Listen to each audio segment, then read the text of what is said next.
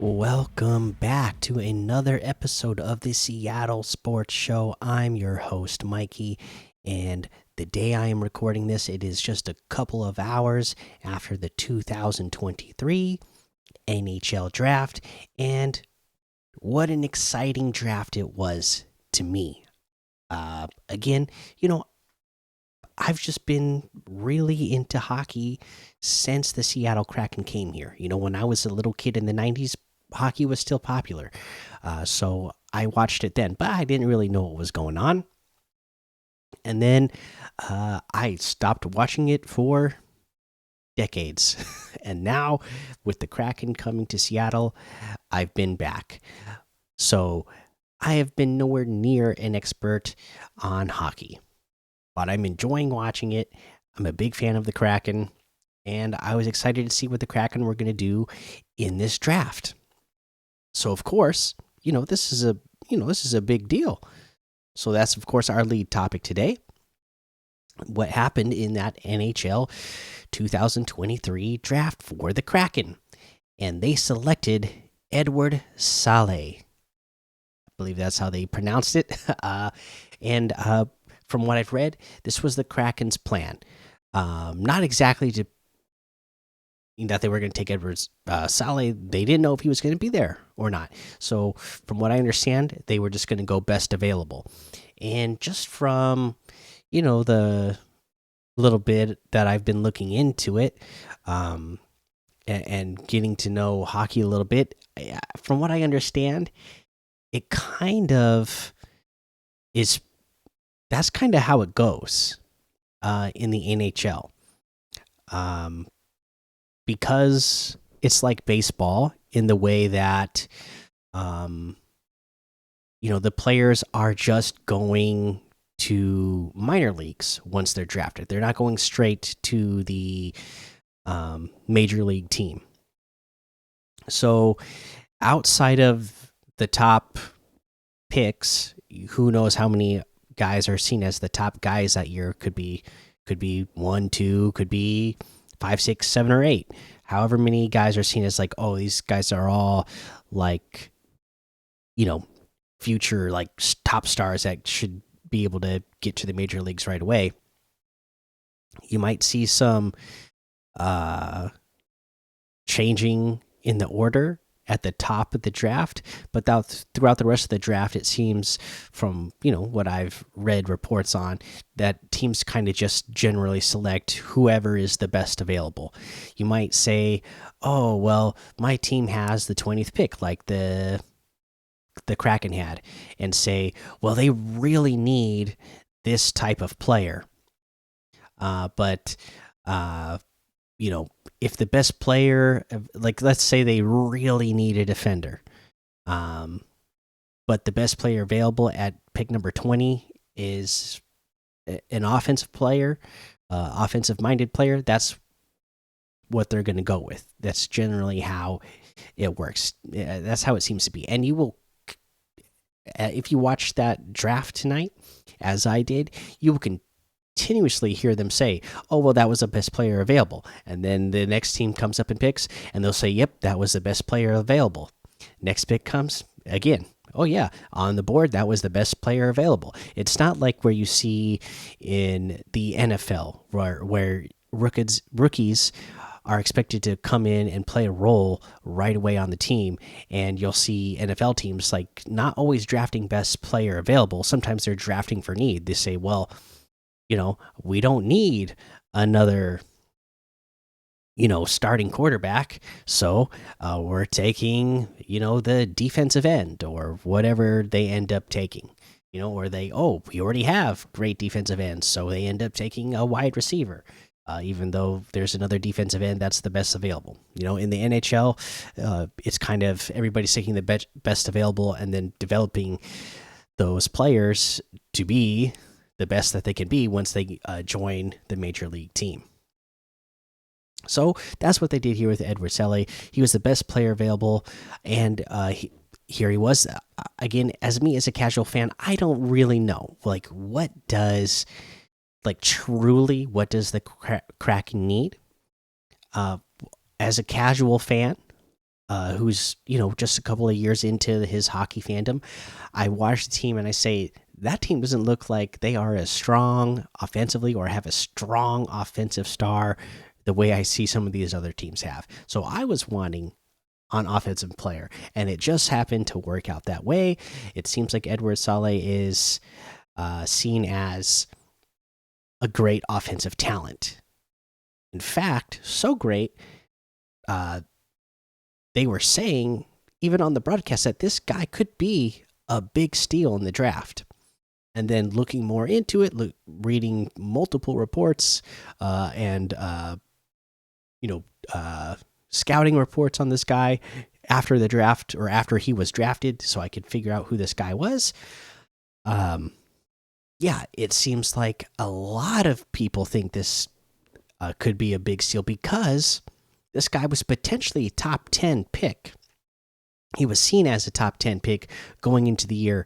From what I understand, the team he was on struggled, and potentially he didn't score as many goals as he would have in the past, so that kind of caused him to drop a little bit. But I mean, if it really works out for the Kraken, and they got this great offensive player to come up in a couple of years and join Matty Beniers, that could be great. And we'll talk more about Matty Beniers when we get to the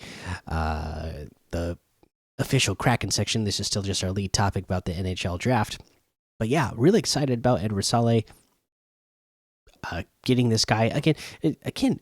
Like I said, so many parallels, it seems, in this year's draft with the Kraken and the Seahawks. No, the Kraken didn't have a top 5 pick, but they have 4 picks in the first 2 rounds. One of them just happens to be 20, just like one of Seahawks picks was number 20. Both of them had somebody who is seen as a great offensive talent falling to them. The Seahawks getting what was seen as the best wide receiver in the talent. I don't know if Edward Saleh's, I think it was like whoever the top guy was that was drafted was kind of seen as being the best at that. But they're saying this guy is one of the top offensive players in this draft, and he just fell down to the Kraken. So just like I said, just some parallels there, and I have really good feelings about what the Seahawks did. So I'm hoping that this first pick that the Kraken made, is going to lead to more good feelings about feeling good about the Kraken's draft this year. All right, there you have it. There was the 2023 first round. They still have rounds like what 2 through 7 or however they do it in the NHL tomorrow. So, or they still have another day of that. Don't know when you're listening to this, so this will be, they still have another however many rounds to draft.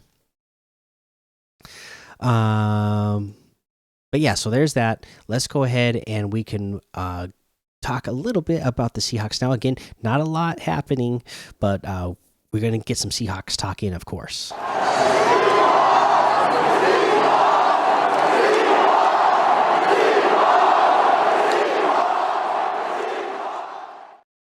Okay, yeah, so like I said, there's not a lot happening with the Seahawks right now. The little rookie mini camp and OTAs is over. We're still a little bit away from training camp officially starting. So not a lot going on news-wise. There hasn't been any transactions. Nobody signed. Nobody traded away. Nothing going on like that. But what I want to talk about with the Seahawks is how they are just so disrespected. Nobody is respecting the Seahawks in national media once again this year. Again, last year, the highest I had heard somebody predict the Seahawks were going to win last season was 5. That was the highest I heard, and that was on like home home station, home radio, sports radio, and most of them were thinking, oh yeah, the Seahawks team is going to be bad.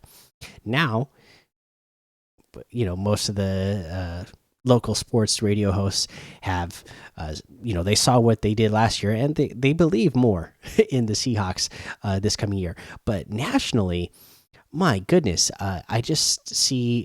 I didn't even take the time to pull them all up so I could tell them to you here. It's because there's too many. It's been ridiculous. We see Seahawks, not in like top 10 in power rankings. We see them like the receiving core. People are like ranking like, oh, who's got the best receiving core, and they put like Seahawks at like 6 or 7. As they're going through position by position group. We already talked about the offensive line one from a few weeks ago. I just recently saw a list where somebody, maybe it was CBS, I don't remember who it was. Somebody put out a list anyways of saying like, power rankings just for NFC, and they had Seahawks like 7th. Okay, they had like Lions ahead of us, Bears ahead of. They had like ridiculous teams that had no business being ahead of us. Teams that were horrible last year and still look like they're going to be horrible this year, somehow ranked ahead of us. Teams that didn't even like sniff the playoffs last year. Okay, that didn't do anything. They did jack in the offseason. I don't know what makes them think that they're suddenly these teams that are going to be ahead of the Seahawks. You could see the play on the field. Those teams aren't getting it done, and I don't know what would make you think those teams are going to get it done now. But yeah, just like I said, not really like a buzz news to talk about the Seahawks this week. Just wanted to kind of mention that it's just ridiculous to me, the disrespect that the Seahawks are getting. But that's going to be so good for the Seahawks because we know Pete Carroll and how he loves to motivate players and how he's going to use that to motivate the players. And the veterans on the team, Bobby Wagner's back. How they've dealt with this before. They know how to deal with this type of disrespect and how to harness that emotion and use it for the benefit. I mean, it's great that Bobby Wagner's back actually because he can be one of those players that embarks that knowledge onto the young team that we have because we have such a young team, and teach them like, hey, this is how we did it 10 years ago.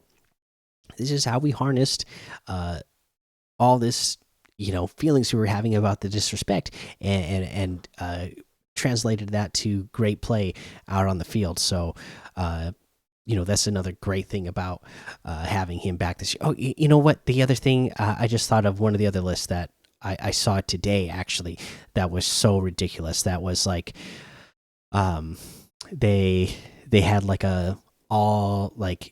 Well, if we were just looking at rookies for an All-Star game, who do we predict would be the future All-Stars for rookies? And they had for like every position, right?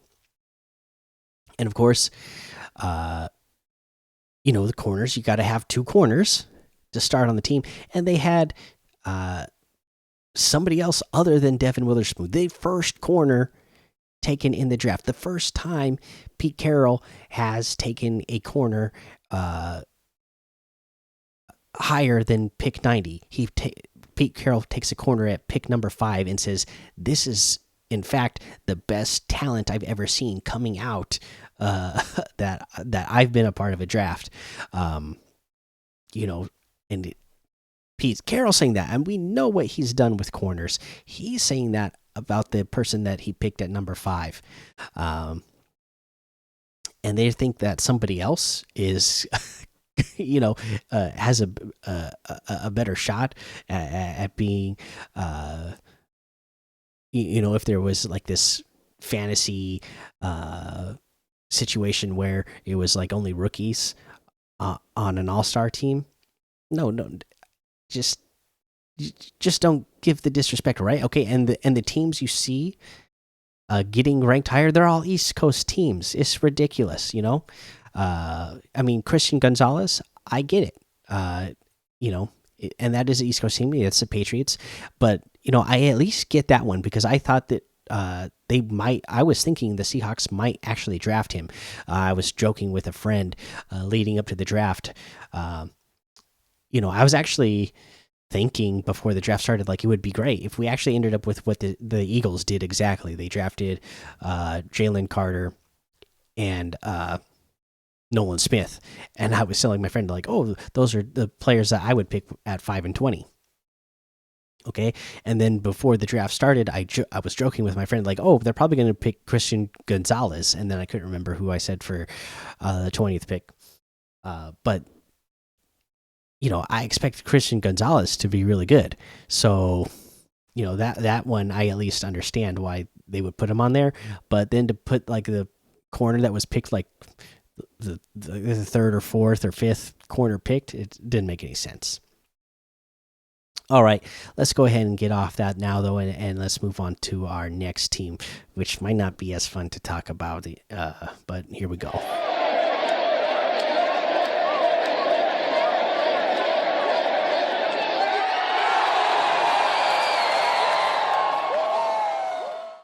Okay, the Mariners. Oh my gosh, what do we say? This is just, you know, they went and they had themselves a 2-4 road trip. Okay, they lost to New York 3-1. George Kirby looked good, but Garrett Cole shut us down. No offense.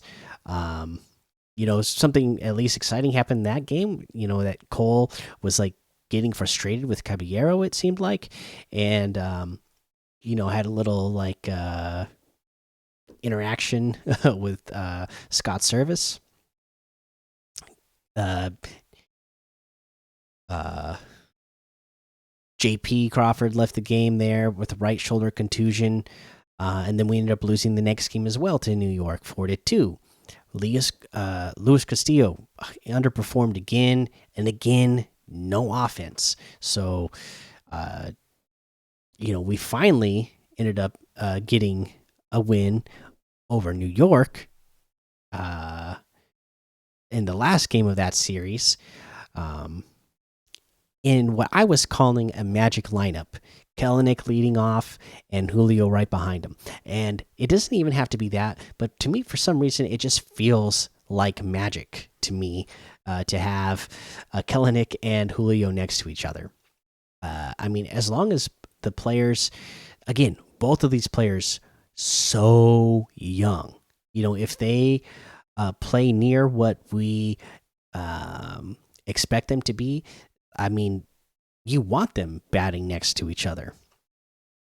Unfortunately, they're both kind of struggling right now. You know, Kellenic had been doing really good throughout the year. They're both really struggling throughout the year.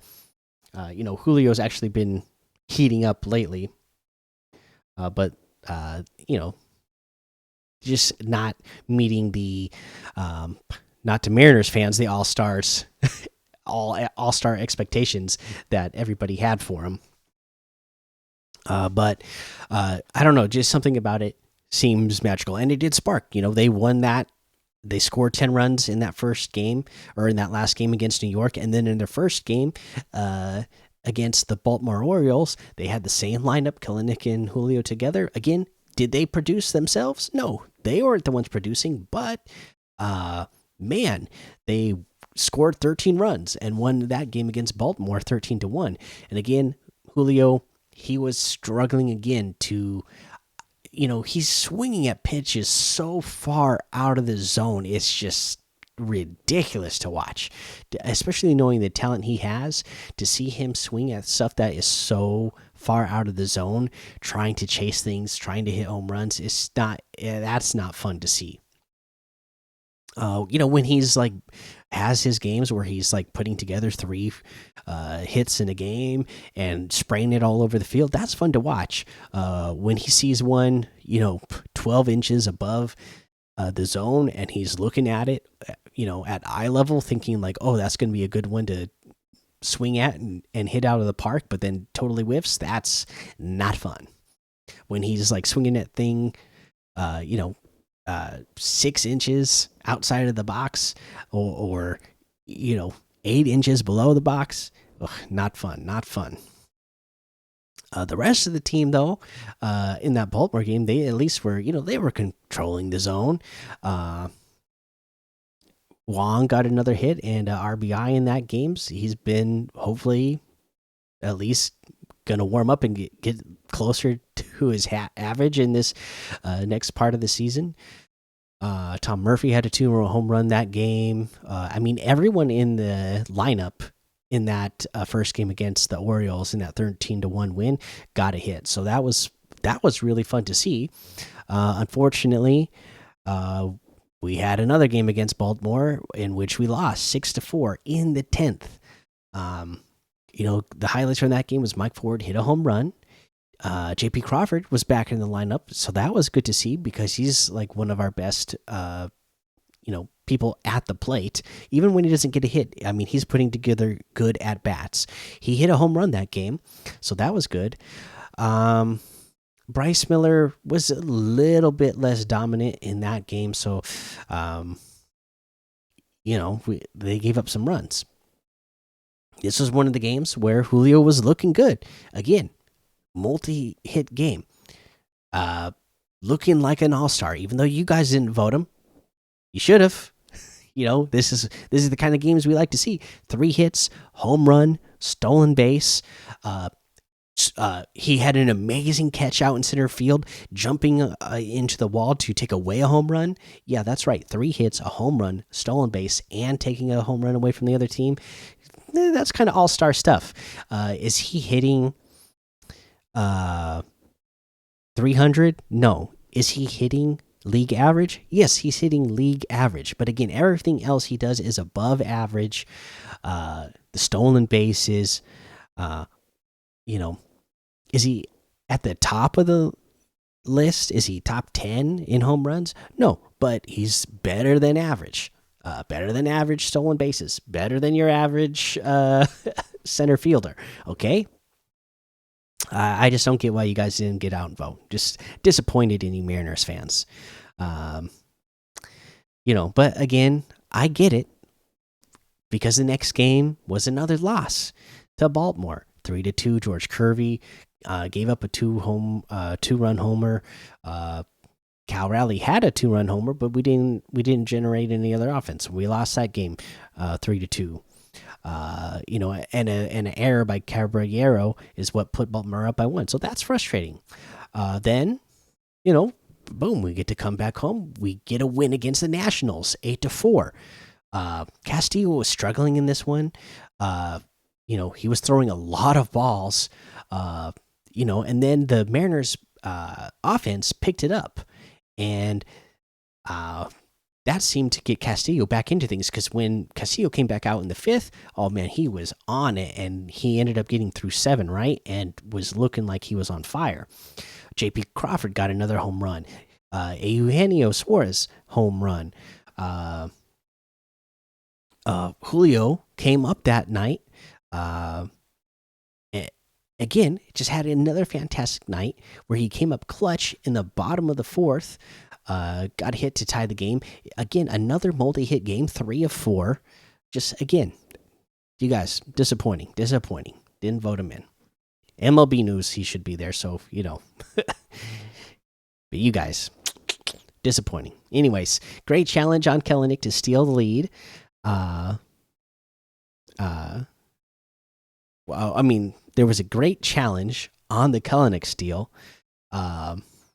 And that led to Mike Ford hitting a single RBI off of that. And my goodness, that was good. And I'm loving the Country Roads. Kellenic's using that as his walk-up music now. He stole that second base. They called him out initially. They challenge it. He was clearly safe the whole way. The whole crowd is into it and singing and having a good time because this team is really fun when they are playing just even what everybody would thought like the floor of the potential was.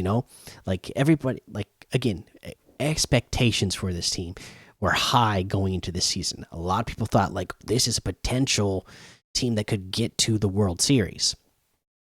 I don't think anybody was going out here and guaranteeing it, but a lot of people felt like with the talent on this team, they had potential to be World Series team. Certainly a playoff team. Should be wild card, and right now we're out of the wild card. So I think that is really affecting a lot of Mariners fans, views on the individual players as well. Yeah, what else did we get out there? Wong, you got another hit in that game, but just barely missing a homer, hit the top of the wall. But that was still able to score forward from the from first base. So again, that was a good game. And then the last two games, oh my gosh, the loss to the Nationals in that second game. Again, extra innings. Thankfully for me, that happened to be. I have twins. I got 5 kids in total. My youngest are twins. They just had their first birthday, and that game happened to be happening on the first birthday. So I had family in town. We were hanging out, having a 1-year-old birthday party, cake, ice cream, presents, pinata. Just doing all the fun stuff. So I was not watching this game, thankfully. Watch the highlights afterwards. Horrible. How in the world do you go into extra innings in the 10th? You have bases loaded with no outs, and you have 3 straight at batters. Your batters in the heart of your order. These are the guys that are supposed to be getting it done for you. Come up and give you absolutely nothing. Garbage. They were garbage up there. That was a hard one. And I understand why fans would be totally frustrated with that, because again, it's just the approach at the plate is so horrible at times. I mean, how does somebody not get up to home plate at bat with bases loaded, 0 outs in extra innings, and not just you don't have to try to hit the home run. All you have to do is try to hit a single. All you have to do is try to hit one, deep enough into the outfield that the player from third can run home and score. You don't have to be swinging your heart out trying to hit the grand slam. Swinging at stuff out of the zone because it's looking to your eye like it's in a good spot, even though it's out of the zone. It's ridiculous. That's the hard part of watching the Mariners for me this year. It's just them not playing the way you expect them to. Okay, to me, they're not lacking talent. They're lacking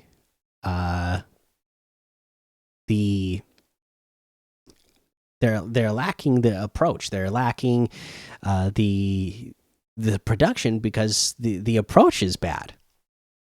All these players are really talented players. We've seen it. Look at their baseball cards. It'll show you that these are productive players throughout their careers. Could the Mariners have done more in the offseason? Yeah, they could have went out and got another bat. To start the season with a full-fledged DH. But my goodness, would it have really even mattered if they did that? If the rest of the players on this roster are playing like they play right now? If they're batting the way they bat right now, I don't think it would have mattered if they went out and were able to secure somebody who was like a full-time DH instead of platooning at that spot. Because even if they had one person, hitting for a high average, everybody else would still not be. So I don't think it would lead to runs. So there was that game. The last game we can talk about, the was another loss to the Nationals. Again, just hard to watch, especially after that first win against the Nationals. You're thinking, okay, wow, that was so much fun. Fans were into it, feeling like we're getting on a hot streak now. And then we put up these last two games, right? Against one of the worst teams in baseball right now. And one of the worst teams in baseball with one of the worst pitchers. Corbin has been playing or pitching horrible this year. His season high before this game today, the day I'm recording this, was 6 strikeouts. He gets into this game and gets 9 strikeouts. The only thing we got in any kind of production was a solo home run by Caballero. At the end of this game, fans were booing. Okay, I didn't watch the after game. That game, once that game was over, I was done with it. I turned it off. I said I don't want to watch the interviews. I don't want to watch the analysis. This is garbage. This is junk. Just horrible to see. I mean, where we stand right now, we are at one point, 3 games back from the wild card. We have now gone back down below 500. We are 3 games under 500, 5 games back in the wild card. Okay, teams that have been falling out of the wild card. Who was ahead of you? Houston, Astros, the Los Angeles Angels. Guess what? They have fallen out of the wild card now. So you could have been winning. You definitely should have won all 3 games against the Nationals and been gaining ground on those teams. It's it's just too bad that their approach at the plate is so bad that it's really putting them in a place where while they're pitching again still good. I mean, when we're talking about those scores, it's not like the other teams are putting up huge numbers against our pitchers. Even when our pitchers struggle, they're not putting up huge numbers against us. That's why our run differential is so good because our pitchers are lights out. But my goodness, we either smash them and score 10 runs, or we just get absolutely nothing and look like they're lost out there. So yeah, there's your Mariners. Like I said, I could, I knew that wasn't going to be a fun one to talk about because it just hasn't been fun to watch them the last few games. This should be a really fun team to watch. Really good young talent that has a lot of great potential, but the team as a whole is just not doing good because it's the veterans on the team too that are not doing what you would expect them to do, and pulling it together. So thankfully for them, they have the 29th, Thursday, off. I mean, the team needs to get together. They really need to have a heart to heart and figure out what's going on out there. There's talks of players. If you listen to the what Scott Service said the other day after their win against the Nationals, right? Where they won 8-4, where he was saying that everybody was playing selfless tonight. So that tells me the players are playing selfish. They're looking to go up there and do something for themselves and get the home run and do something big for themselves when that's not always what you need, right? Sometimes you need to put the ball in play. So yeah, like I said, not fun to watch right now. Hopefully they can get it going and we get some more fun out of the team, because when they have it going, they're fun. It's just the back and forth is what's not fun, because whenever you feel like you're getting excited and you're ready to jump on board with this team and say, hey, here we go. This is the team we were thinking we were going to get. They go right back to, dropping 2 games in a row to, one of the worst teams in baseball right now.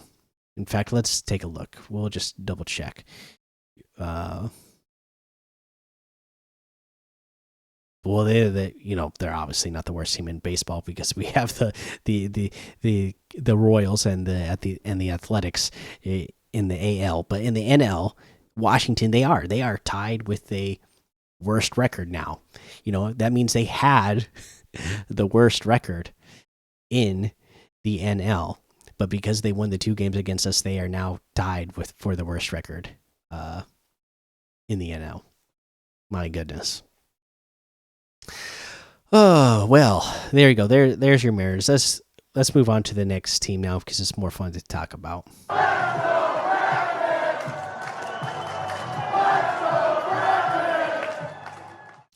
Okay, and with the Kraken, we already talked about them a little bit with our lead topic being Matty Benier, not being the NHL draft. I was getting ahead of myself. Let's get to it. Matty Beniers. He ended up being a finalist and won the Calder Memorial Trophy. So he is your Rookie of the Year. No doubt about it. Again, just great out there on the ice. Again, like I said, good offensive player. Really glad to see him out there. Not sure if still a young player, so I don't know if he's quite at the level that I'm seeing the offensive superstars on the of the other players on other teams out there. So I'll be excited to see if we get Eduard eventually up there on the team, and then we have multiple offensive players that can really be a threat to get it done. Of course, we still have another day of the draft, so we'll see what else they get in the system to bring up in the next year or two, and then after that, we'll be jumping into the off season, into free agency, and see what the Kraken can pick up, and if they end up making, again, they have 3 second-round picks, so who knows, maybe they package some of those together and get some get an offensive star to bring in right now that way. We will keep an eye on that, and we will let you know when we get to the next episode. They did re-sign Gustav Olofsson, so that was good to see. And the other piece of news is that the 2023-2024 schedule was released. So there you go. I'm excited for that. It doesn't feel the same to me as like a NFL schedule release, because in the NFL, there's only 17 games, but it's a lot less. So like every game you can look at and go, okay, well, this game was going to be important at this point in the season. It doesn't quite feel the same since there's so many more games in the NHL, but still exciting to be able to look at and make your plans for the upcoming season on what games you're gonna go to, or try to make sure you watch on TV and all that. Okay, let's go ahead and take a look. Did I have anything else to say about the Kraken this week? No, I do not. So let's go ahead and move on to our next team.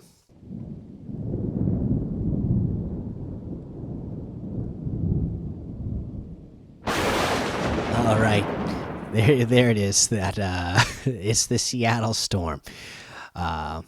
Now, Storm fans, thank you. Okay, because unlike the Mariners fans, you did not disappoint. You came through. We got Jewel Lloyd named to the All-Star team for the 5th time in her career. In fact, she's going to be a starter because Storm fans, they're good.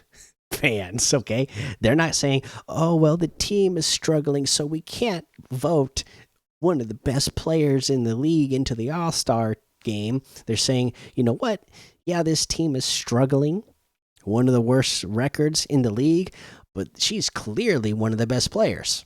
Okay, Mariners fans are over there sitting. We've been going back and forth between under, at 500 and under, and they can't get, one of the most exciting players to watch into the All Star game.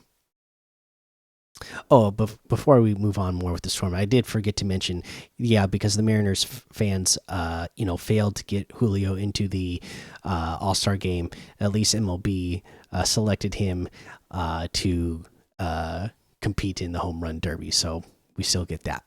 Now back to the Storm, where the fans are good, loyal fans who know how to vote when an All Star is playing like an All Star. Okay, well. So that was the good piece of news that we got this week, because everything else not good. We lost the Connecticut Sun 85-79. Close. Jewel had 33 points in that game, so that's good. But again, not able to finish off. And the Connecticut Sun, yeah, they're really good, so didn't get it done against them, but at least able to keep it close.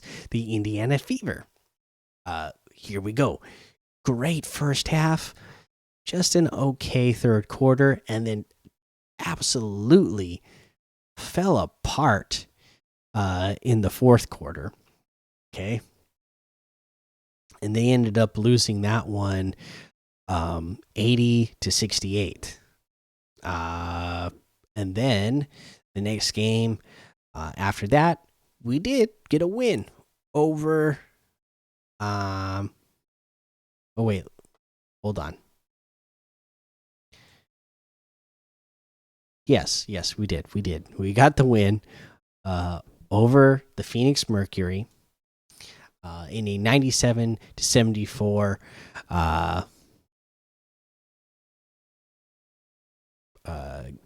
winning effort. Now, Brittany Griner was back. Diana Taurasi was back.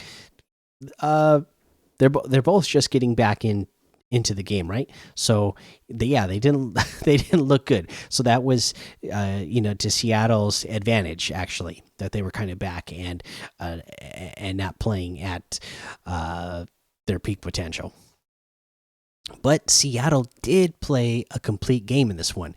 There wasn't a quarter, or there wasn't a long period of time at any point in the game where you thought, like, oh, this team's not playing good defense, or oh, this team cannot score a bucket. Nope, the whole game they were playing exciting basketball, good movement, good shots, smart shots. It was good. So yeah, they got the win. And then they get the comeback. The next game is a loss to the Minnesota Lynx, 104-93.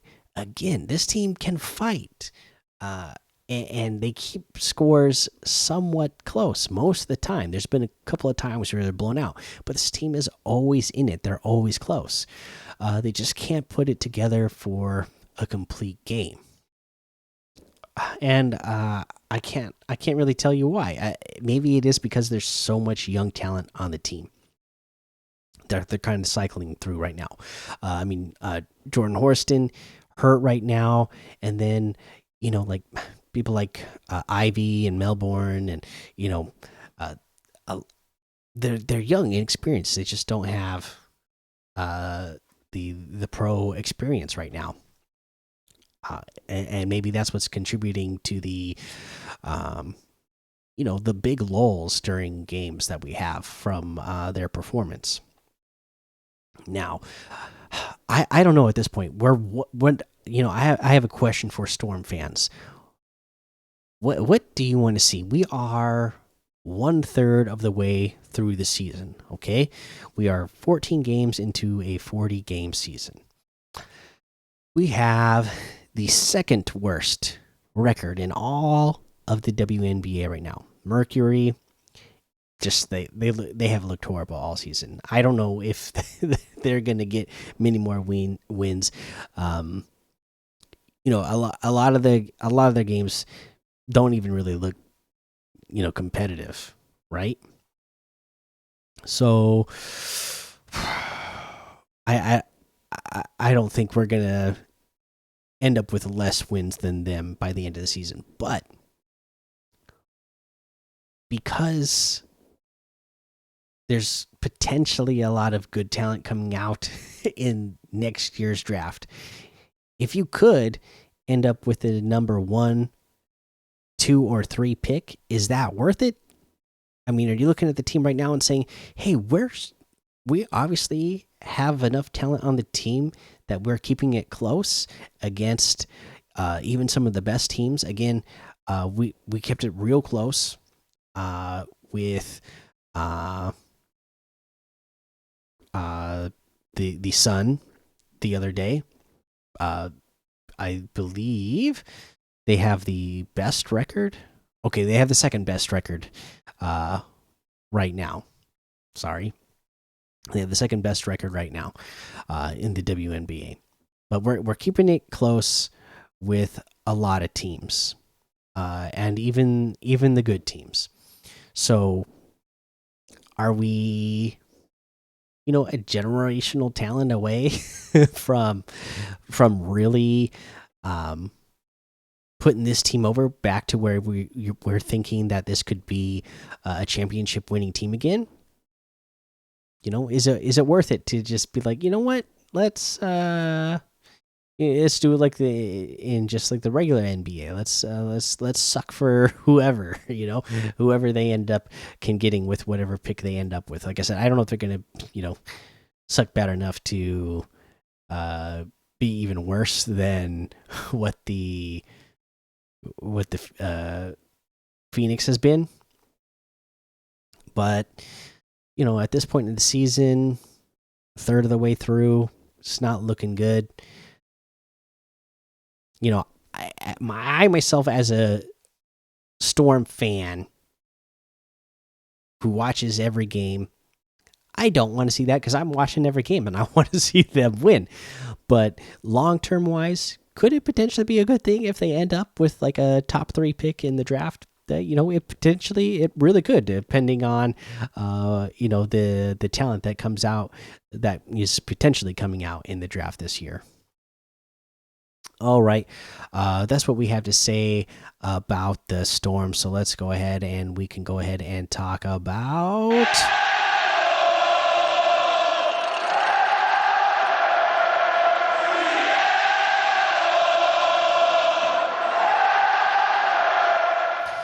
Yes, the Seattle Sounders. And news is that Alex Rodon was called up to El Salvador for the CONCACAF Cup, and then we lost to LA 1-0. They scored in the first minute, and LA is able to just play great defense the rest of the match. We ended up with 0 points. Ugh. And LA already at the top of the leaderboard with points, able to extend their lead. And then we go over to Orlando, and we just missed a bunch of chances. They had a lot of chances to score, it seemed, and we just missed them all. And maybe it's because there's a lot of offensive power that is gone from the team right now on national team duty. Maybe that's why we're not able to score on Orlando. But man, it sure is frustrating that we weren't able to pick up 3 points there. You were thinking a team like Orlando, this was a team that they surely could have easily picked up 3 points against, and gain some more traction back on LA, that again just extended their lead with the win over the Sounders. But that's not what's happening. So I mean, we'll really have to watch the next match and see if that's really what's going on, because again, there was a lot of times we were really close. So maybe they were just, the talent that's stepping up right now. Just the first game in there with a lot of talent being gone, being called up to the national teams. Maybe uh, you know maybe they just need an extra game to really put it together so they can finish in those situations. Um, but we'll see. And if it ends up that's not the case, I hope that we can get those players back as soon as possible, so we can get back the Sounders back to scoring points and getting points for the league. Okay, so that was the Sounders. Their next game is going to be upcoming this Saturday against who do we got next? Against Houston. Okay, so hopefully we get a win here. I mean, it's the Houston Dynamo, not doing so good, right? I mean, oh no, I thought they're actually right behind us in the standings. Why did I think they um were not playing good? Who I don't know who I was thinking of. Anyways, I still think Houston, yeah, that should be a team that we can beat, right? So let's get that done and gain 3 points here. But yeah, there you go. There's the Sounders. Game coming up soon. Let's pay attention to it. But let's talk talk about our next team.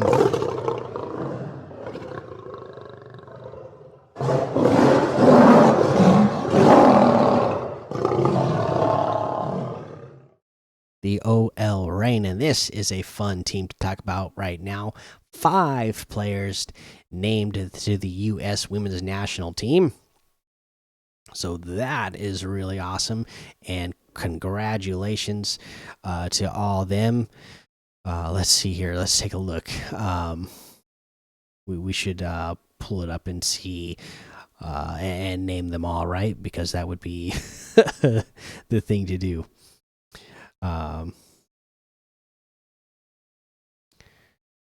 Let's see here.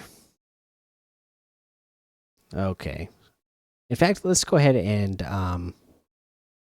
let's mention here the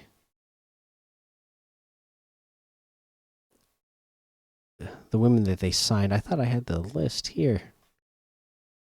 Well, I guess not.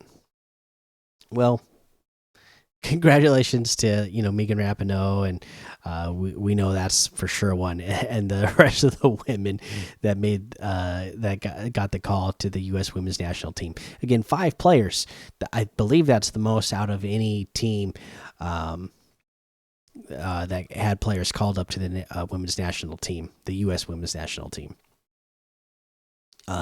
Great week for the Reign this week.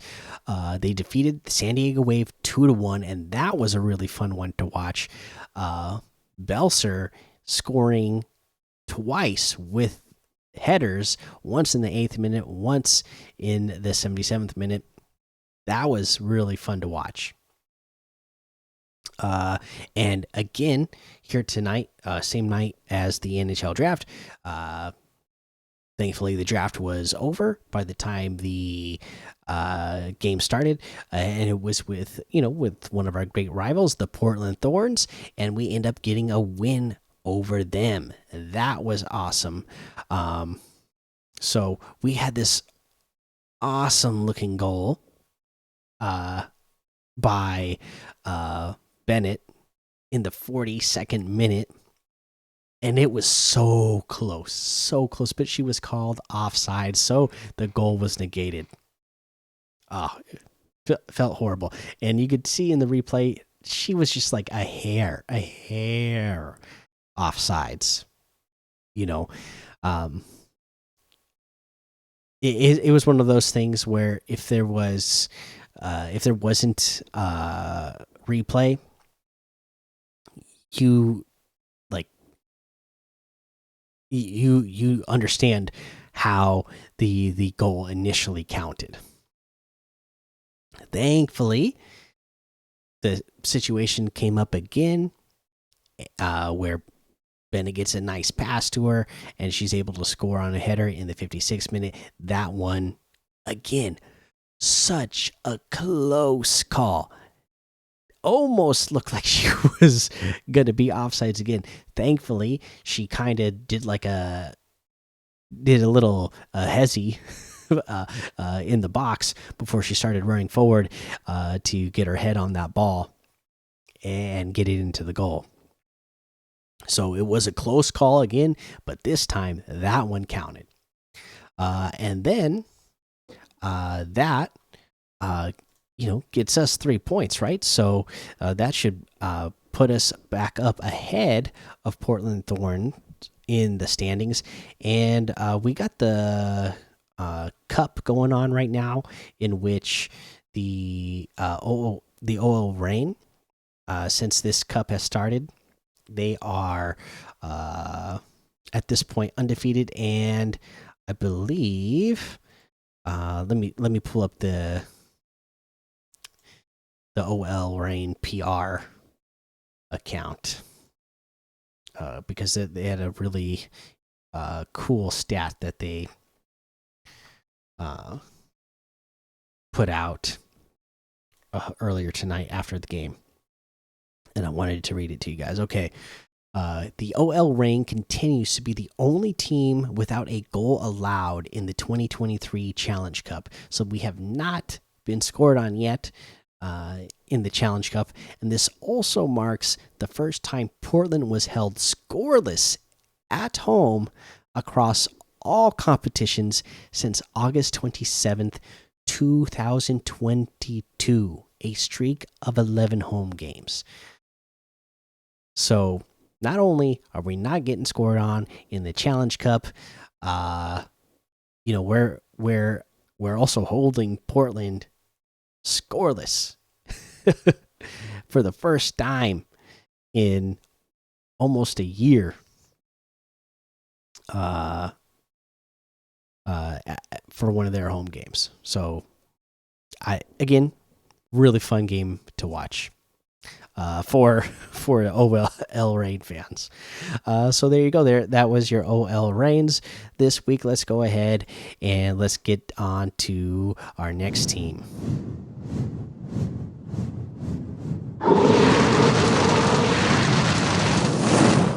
All right, the Sea Dragons, again, off season, not a lot going on right now, but for newsworthy stuff this week for the Sea Dragons, they had, we know the XFL recently had their draft, and now they did undrafted rookies, teams claiming rights to undrafted rookies. So let's take a look at who the Dragons claimed rights to.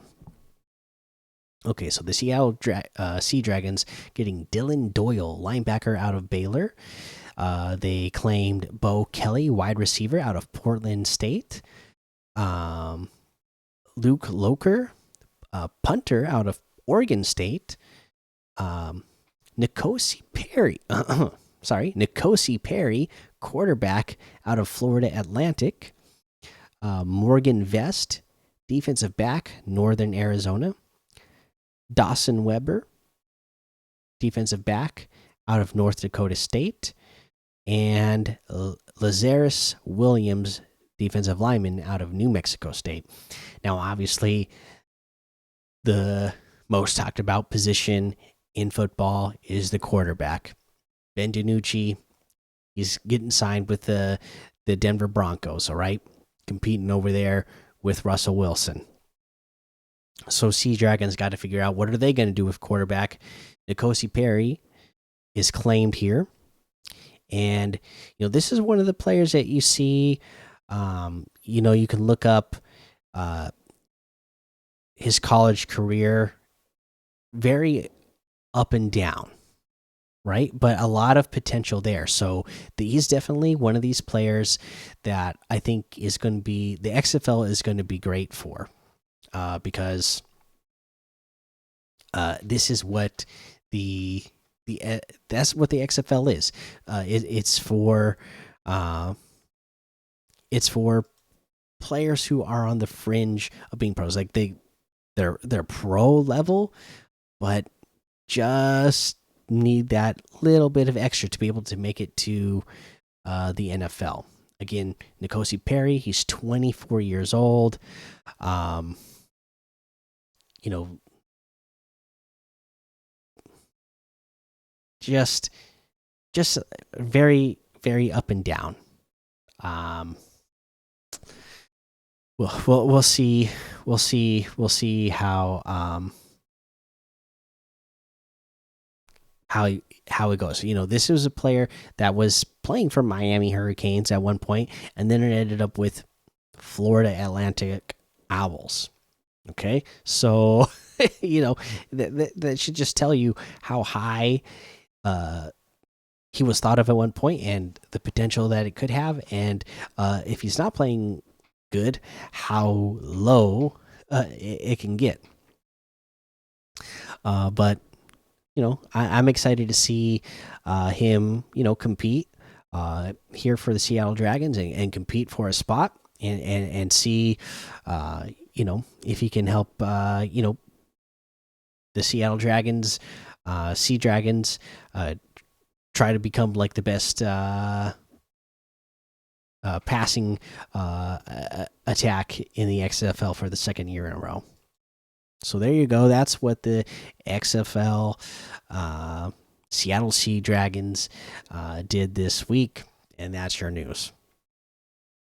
And that, my friends, is going to be the end of the episode. I hope you enjoyed this episode. I would really appreciate it if you are watching this on YouTube that you leave a like and make sure you hit the subscribe button, hit that notification bell so you know when new episodes are coming out. Make sure you're leaving comments. I want to know, like, what do you think about all the teams we talked about here? So, if you're a Seahawks fan, I want to know. What do you think of all the disrespect that the Seahawks are getting? Have you been seeing the list that all these media sites are putting out, and either not putting Seahawks in top 10 rankings or putting them at the bottom of top 10 rankings? What do you think about that? Are you agreeing with the assessment of them? Or are you just like, whoa, how can you say that with Tyler Lockett, DK Metcalf, and Jackson Smith and Jigba that we don't have a top 5 receiver core, and then when you say receiver core, I saw one of these lists. I think they had like the 49ers in there. Okay, they had Debo Samuel, Ayuk, and George Kittle. They were like one of the teams in there. Not even all 3 players listed were wide receivers, and everybody else had 3 wide receivers. It was like, hey, if if you have to pick a player who isn't a wide receiver, and you're saying the wide receiver core, that should exclude them from the list automatically. Anyways, I want to know, what are you thinking about the way media sites are putting lists together and where they're ranking the Seahawks? Mariners fans, I know it's a struggle with this team right now. Sound off in the comments. Let me know what you're thinking of this team. I'm still not one of these people who is like totally down on the Mariners, who feels like, oh, this is like the worst team ever in baseball. There's people out there who are acting like that. I think this team still has potential. We're not halfway through the season yet. Yes, it's not looking good, and they do need to pick it up, and they need to pick it up now. They need to pick it up. In the next, I believe we got like 11 more games before we're halfway through. So they need to really pick it up to get to a point where, over these next 11 games to see, like, hey, is this team worth making trades for at the deadline to be able to,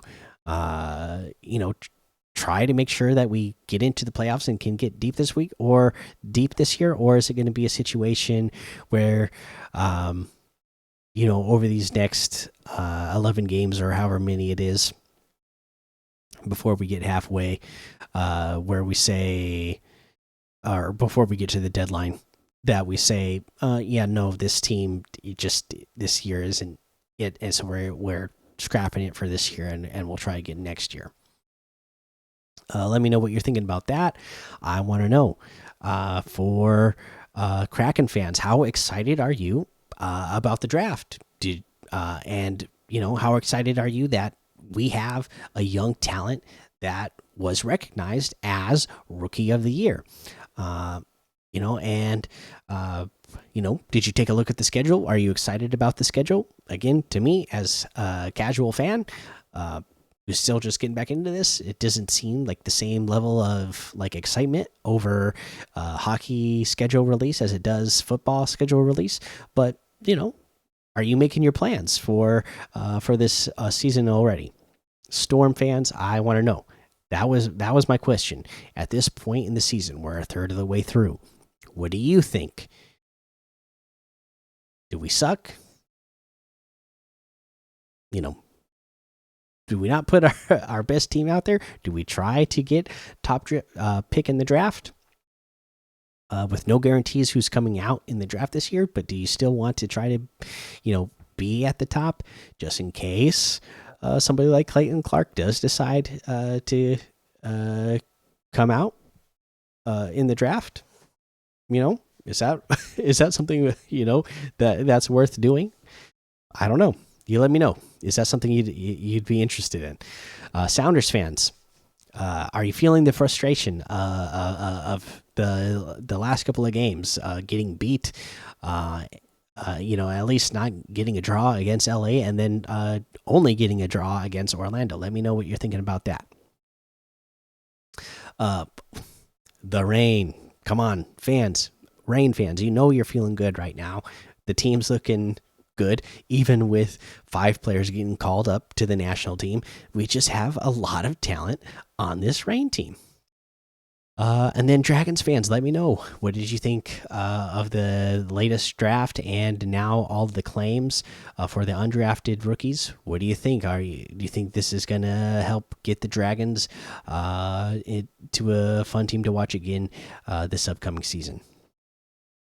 All right, but there you go. That is the end of the show. If you're listening on podcasts, especially if you're on Apple Podcasts, a 5-star rating and a written review, that really helps the show, and it helps the show get found by more people, which that's what we want. This is a fan show. This is fan first. This is an expert analysis of every team. This is just talking about, hey, this is what we're looking at. This is the teams that's fun to watch. Let's make sure everybody is aware of them, and we're fans, so we want to grow the fan base of the show so that we can grow the fan base of all these teams and keep everybody cheering for these teams. So let's grow it that way. You can hit the follow button or subscribe button, whatever you're listening on, and that would be really appreciated as well. And that's the end of the show, so thanks for listening to the Seattle Sports Show, where we watch legends awaken and breathe fire. So take cover, because with the sea of sound you will see us rise to reign supreme and win forever.